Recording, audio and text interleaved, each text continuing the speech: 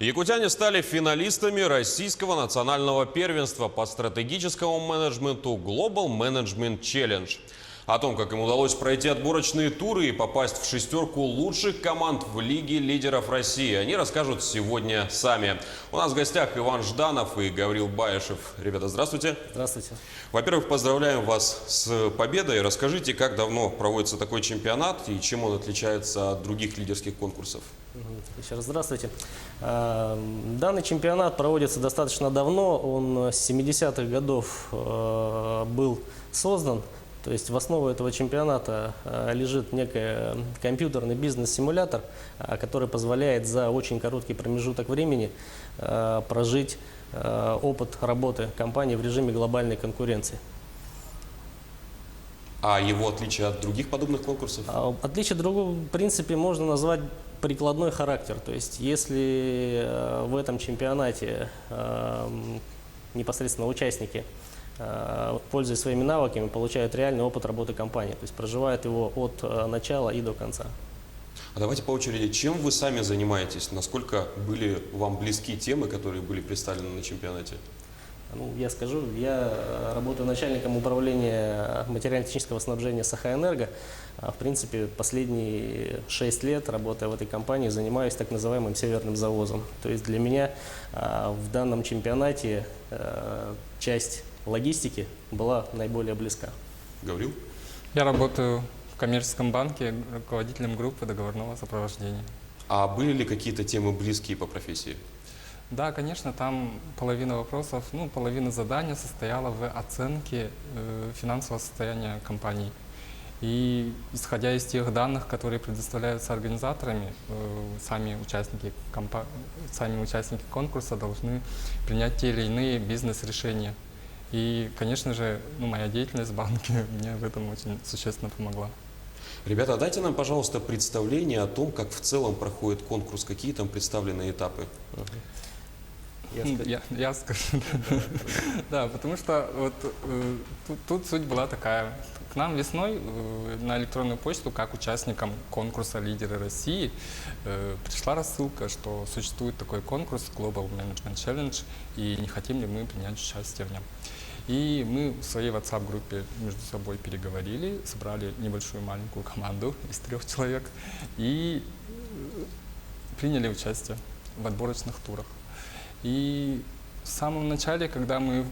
Самое сложное в этом конкурсе, мне показалось, это вхождение в сам конкурс. То есть вообще преодолеть себя, принять решение войти в этот конкурс, да, и там очень большой массив данных, очень большой массив какой-то информации.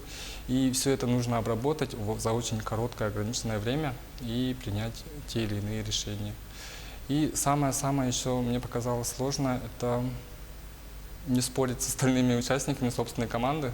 То есть, когда ты находишься в этой ситуации, когда нужно за определенное время принять очень точное решение, вот главное не распыляться и не спорить с остальными участниками. То есть в споре рождается истина, да. Это не для этого случая. Да, и отборочных туров было очень много. Сколько кварталов мы проходили? Компания проводит примерно 4 виртуальных квартала либо периода за весь этап. Поэтому эквивалентен, грубо говоря, жизни в течение года реальной компании в жизни. Да, и наша задача была улучшать, оздоравливать состояние компании. И наша компания производила некую продукцию, продавала его на рынке. И, отборочные туры были достаточно жесткими, и мы вот как-то прошли. А как вы их прошли? Какие были критерии у отбора? Основным критерием отбора это является индекс так называемой инвестиционной привлекательности компании. То есть для телезрителей могу пояснить, что команда принимает определенную для себя стратегию развития, определяет комплекс управленческих решений для развития, для выполнения данной стратегии и принимает вот эти вот решения, вносит их в определенную форму для того, чтобы получить определенный результат. Инвестиционная привлекательность – это некий такой абстрактный показатель, да, который определен в денежном эквиваленте и зависит от очень многих факторов. Например, это сбыт, производство, маркетинг, логистика, та же самая, инновационные какие-то разработки, кадровые решения, самое главное. То есть и все это в совокупе решения, которые принимает компания, выражается в росте либо в падении индекса инвестиционной привлекательности. Собственно, побеждает в конце та команда, которая показала наивысший результат по вот данному критерию. Если не секрет, насколько удалось повысить инвестиционную привлекательность? Ну, в скажем вашем так, мы проекте? ее не понизили. То есть мы достаточно стабильно шли в течение всего периода, и к концу удалось все-таки, несмотря даже не на не очень популярные решения кадровые, которые мы принимали по продаже непосредственно оборудования, удалось, наоборот, в конце эту инвестиционную привлекательность повысить. А команды, есть ли какие-нибудь ваши конкуренты, которые вам приглянулись и которые смогли повысить и, наверное, не на один этап инвестиционную привлекательность? Кого можете отметить из своих конкурентов?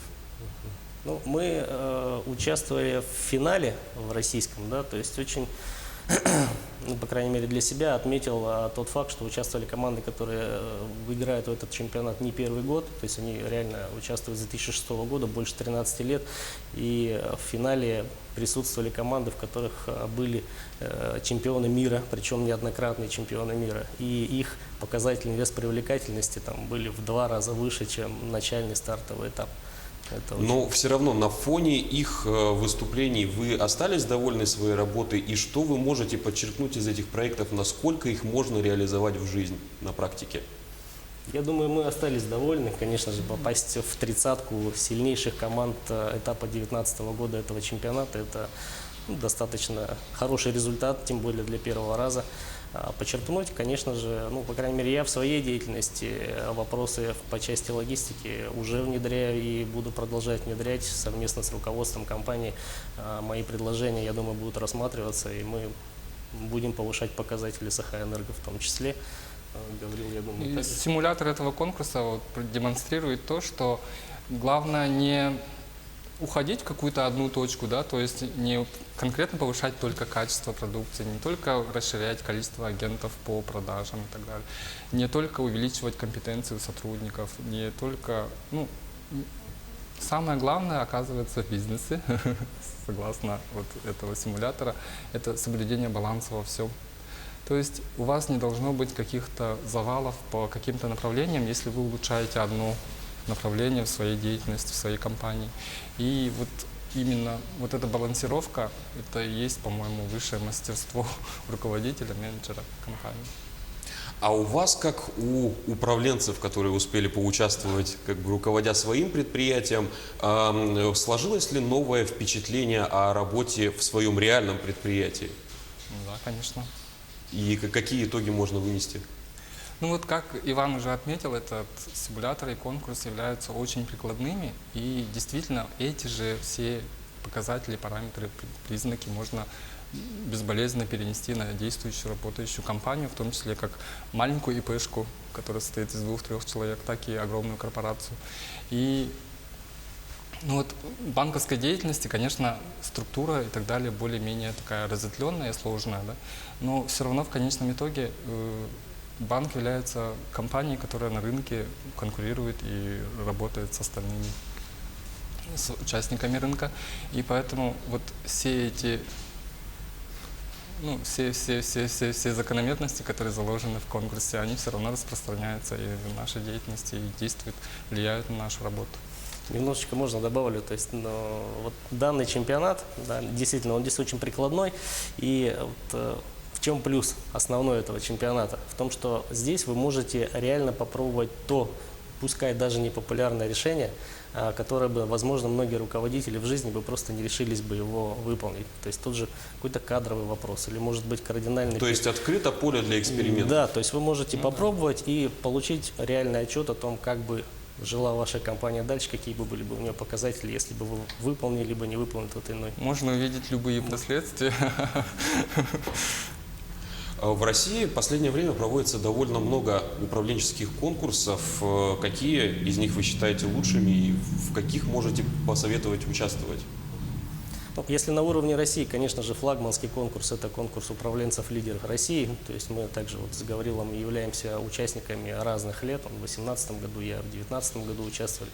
И будем продолжать, конечно же, принимать участие, потому что конкурс с каждым годом становится все сложнее, ну, тем самым более интереснее, потому что конкуренция растет, участников становится много новых, поэтому для саморазвития в первую очередь это, конечно же, очень хороший старт. Кроме того, конкурс «Лидеры России», он является очень хорошей базовой площадкой для роста специалистов, потому что ну, и среди моих знакомых, и в целом среди вот информации, которая предоставляется в СМИ, участники и победители конкурсов «Лидеры России», они занимают руководящие посты как на государственной службе, так и на предприятиях с государственным участием, ну, либо ведут успешный частный бизнес.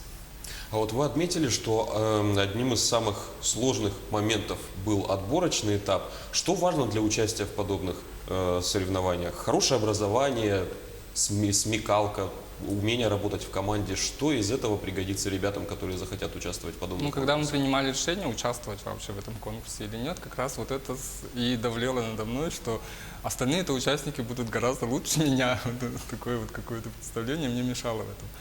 Но на самом деле, оказывается, действительно, самое главное верить в себя, как бы это банально не звучало, и все равно опираться на тот опыт собственный, который ты имеешь за своей спиной.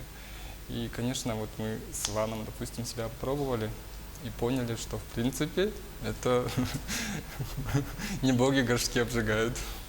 Все это доступно, и любой желающий, оказывается, может себя попробовать в этом конкурсе. Добавлю, почему любой желающий может достать. Вот тот же чемпионат Global Management Challenge, да, он является очень многоградным, у него есть очень много отборочных лиг и этапов. То есть есть лиги и для студентов, есть лиги и для профессиональных управленцев в компаниях, также есть для предпринимателей. То есть, в принципе, любой участник, который хочет участвовать даже вот в этом чемпионате, да и во многих других, главное просто выбрать для себя тот или иной этап отбора, и не бояться, и принимать участие.